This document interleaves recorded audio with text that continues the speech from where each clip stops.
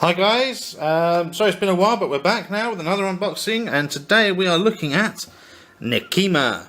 I'm really happy I finally got hold of her as a Neverborn player.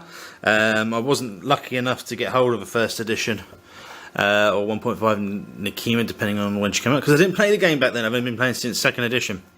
So I'm really happy that we've got her, obviously, Lilith's sister. So on the back we have our renders of the completed miniature.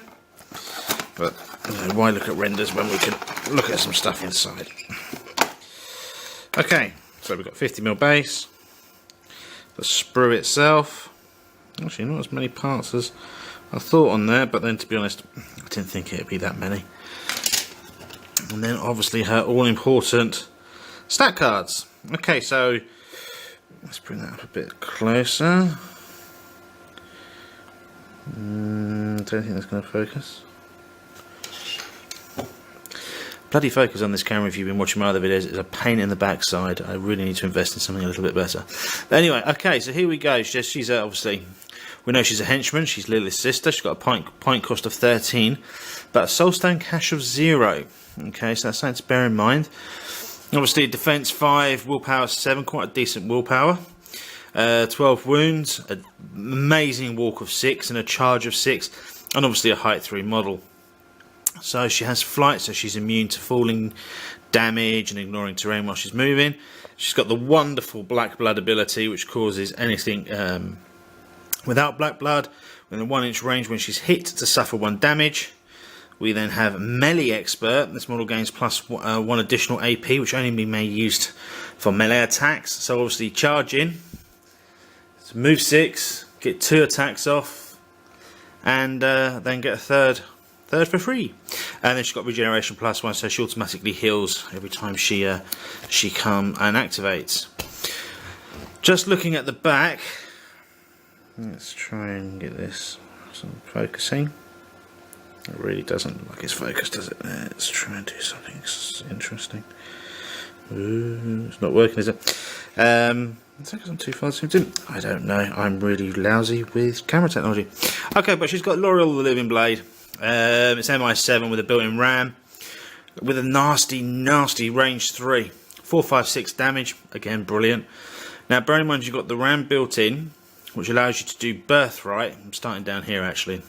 Birthright's basically when you go and kill Lilith, your sister. You become the leader. The model heals 4 damage. It's an interesting ability because it stops assassination. So if anyone's got assassination on your master, you can just send Nekima over and whack her, and Nekima becomes the master and not Lilith.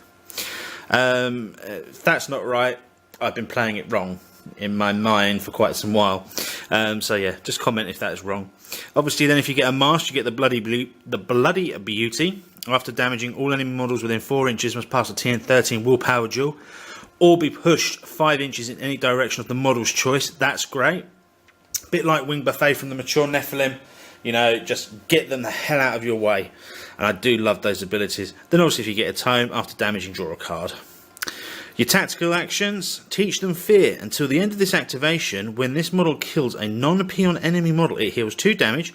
And all enemy models within 4 inches must take a TN14 horror duel.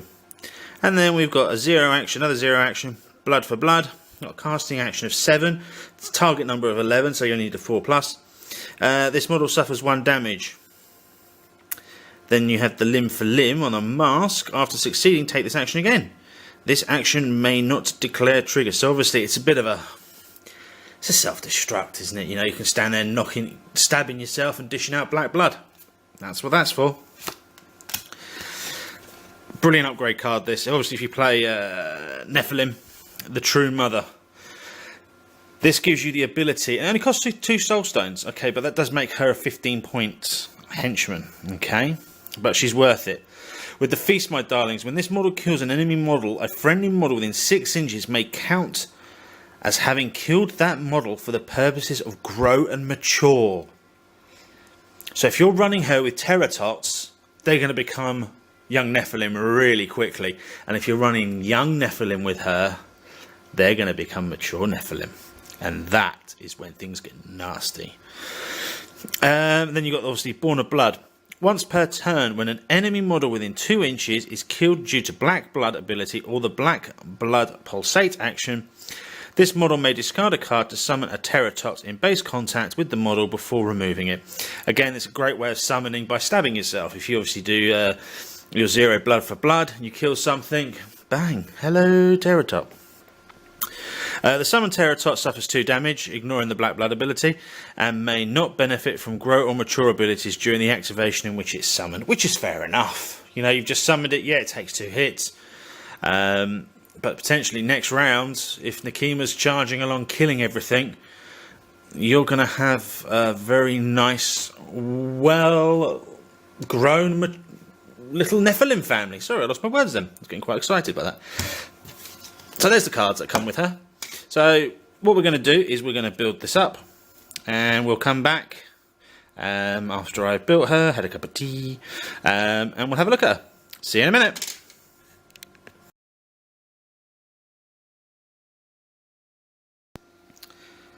And we're back, and as you can see, Nekima is now on her stand. I had to move her about, which is why we've got a bit of excess paint, but I wanted to make sure that she was sort of semi-flush to the base for when I put her in the case. There she is. Let's focus in. She took me about 5-10 minutes to build, if that. Didn't take long at all. Found the arms a little bit flimsy, which is a shame. I also thought she'd be a lot bigger. I don't know why, but I thought she'd be. You know, the impression you get off the back there. You know, she's like, oh, I'm quite big, menacing. Very much. She's on a 50mm base, height 3. Okay, she's standing on some rocks. We can all stand on rocks and be a bit taller, but I actually thought she would be a little bit larger. Given that she is a Nephilim. Well, she is the mother of Nephilims, depending on which side of the fluff you want to take. So there she is. It's a lovely sculpt, as you expect from Malifaux. Lovely miniature. Really easy to build. Only thing I will say, I didn't use the instructions because, as I said, she's quite straightforward.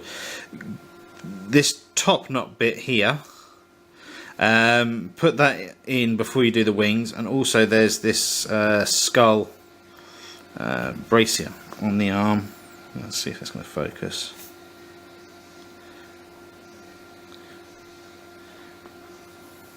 You can see it here on the arm, or on the box. You can see it there nice and clearly. That was a bit fiddly because I put the wings on and I was like, oh crap. Rushing ahead, not paying attention. But yeah, that's the only 2 things: the top knot, the hair, and the skull. Just make sure. But this arm I'm finding a bit flimsy. I'm quite low, as you can see. Look, there's a bit of give there, so I'm just going to put a bit of green stuff at the back there just to reinforce that. But there you go. There she is. Standing there with her whole 2 cards. So yes, I'm quite impressed, and I'm genuinely looking forward to playing her. We're going to have a campaign coming up using the Beta 3 rules, so really looking forward to doing that. Yeah, there we go, guys. Thanks very much. See you all later.